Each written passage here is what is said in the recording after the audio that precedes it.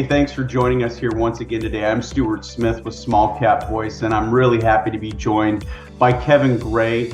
He is a co-founder and brand director of Soci Marketing. If you work with smallcapvoice.com, then you know Soci Marketing, but we've never taken the time to actually introduce Kevin and his company. And so let's do that today. Kevin, welcome to the show. Yeah, it's a pleasure. It's actually nice to sit down and be on this end of the videos here. Yeah, I don't know why it took us so long, but before we dive into it, let's learn a little bit about you and your background. Sure. So I have been doing this for about 15 years now, digital marketing in some capacity or the other. And then about 6 or 7 years ago, started getting really involved in the experiential side of things. And that led to events and trade shows and all of that before the COVID pandemic, of course. And then things had to pivot more online and digital. So Soci was kind of the result of that. We put together the company out of nowhere, and my wife and I kind of sat down one day and said, you know what, we have these skill sets, we see this need, and we're just going to dive into it. Found this niche in small and micro cap stocks, and specifically OTC, NYSE, and NASDAQ ones. So I think it kind of worked out really well. I've been in business almost 2 years now, and kind of just enjoying every single second of it. Excellent. Yeah, it's great to work with you and your wife. You make a great team, and there's other key members of your team over there as well. So growing by leaps and bounds as we speak. And at Small Cap Voice, the business model is, as the name says, we are the voice of small and micro cap stocks. Your company has assisted us in a massive way in helping public companies in some of their marketing efforts and how they brand themselves. And I want to talk a little bit about how that is important and how you see it as the importance of that and how they're investing in that and where their dollars go. Well, I think when you look at the grand scheme of things with the OTC market specifically, there's about 12,000 companies listed or something like that. And looking at them, I would bet to say about half of them, if not more, are not directly invested in their marketing efforts. And so we create the situation where these companies have wonderful products and services that are going out, but at the end of the day, none of them are really able to get that messaging out. And so that's where we come in. We sit down, we go through everything with these clients. We really tell that story that they're unable to tell. We create that founding story with them and then get out there and tell it to the people that are most interested in hearing it. And that's, I think, the biggest piece of the importance is in the OTC markets or even in the NYSE or NASDAQ, you're really dependent on your retail investors, your shareholders. And if you're not constantly talking to them, sharing them updates and all of that, your messaging is going to fall flat. Your latest press release isn't going to hit enough people to move any dial on your chart, trade enough volume, etc. And so without marketing, you're really just falling flat on your face. You're shooting yourself in the foot. Yeah, it's all about brand equity. And I hear you mention that a lot on our calls. Can you elaborate on what brand equity really is to these public companies? Sure. I think the best way to explain it is to explain how things were prior to Web 2.0.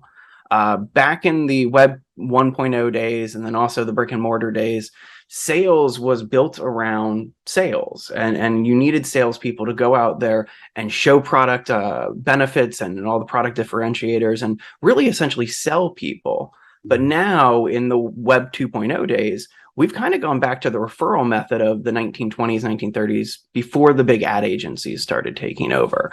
Back then, I mean, I think Gary Vaynerchuk explains it the best.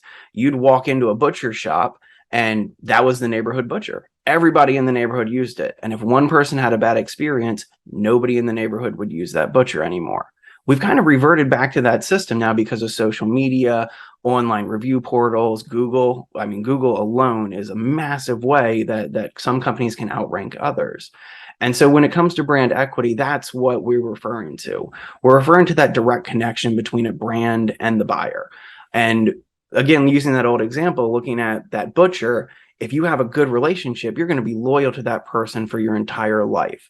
The neighborhood's going to be loyal. That butcher's going to grow and grow and grow.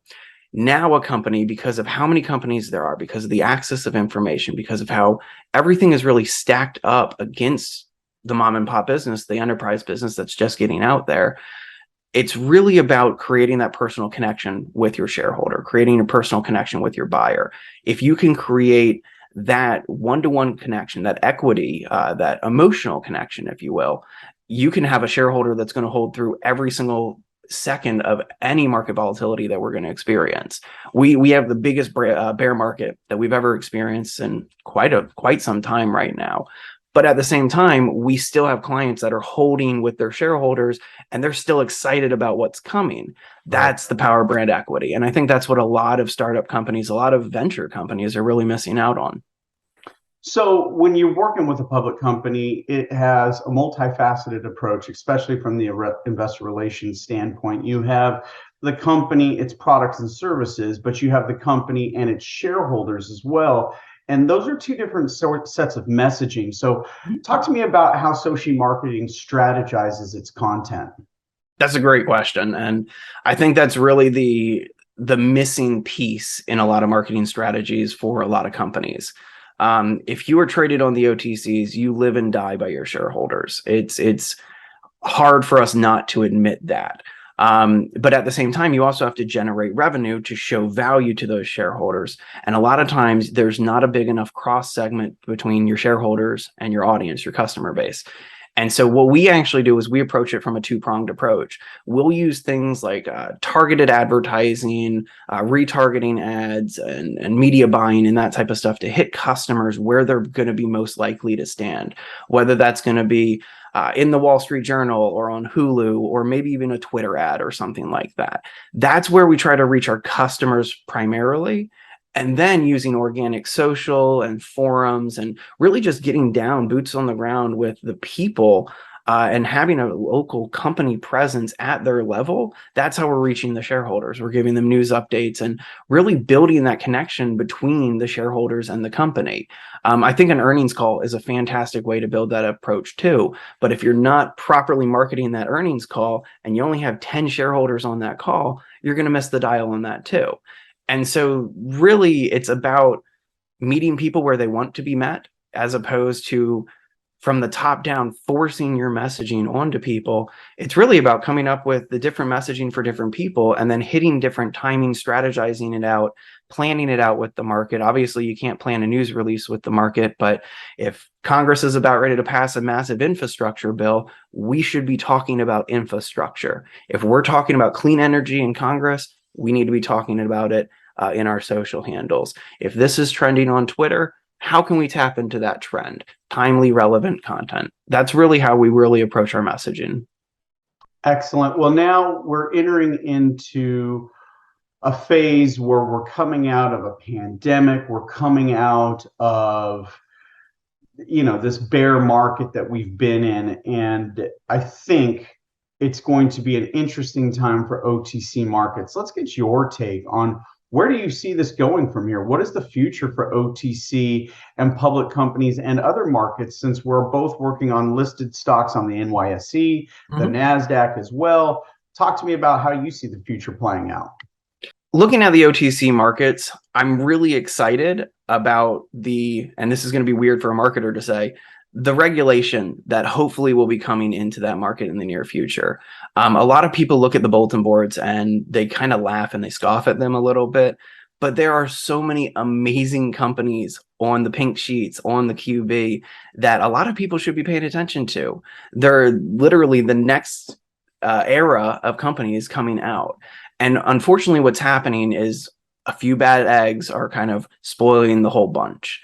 And so I believe that that's what's next up is the OTC market. They're currently not a regulator, but I think that they're going to start kind of stepping in a little bit more. They're going to start acting to make sure that the companies listed on these exchanges are going to be a little more legitimate.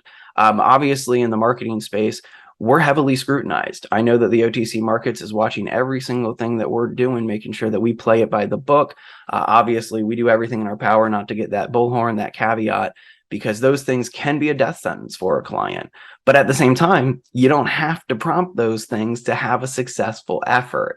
If you're running a clean white glove operation, you don't have to have a caveat, and you can still get the word out and reach new shareholders every single day.